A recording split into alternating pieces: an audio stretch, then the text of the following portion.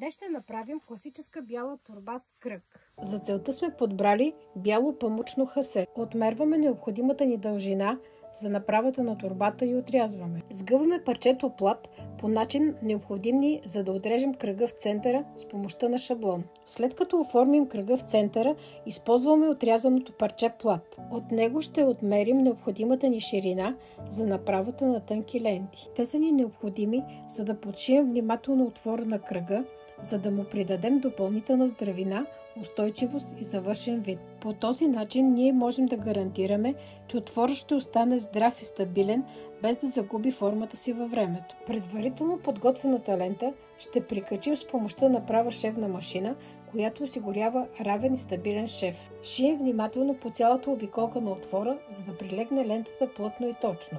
Така подсилваме ръба и му придаваме здравина и естетичен вид. След като сме готови, затваряме торбата от всичките й страни с равен и прецизен шев.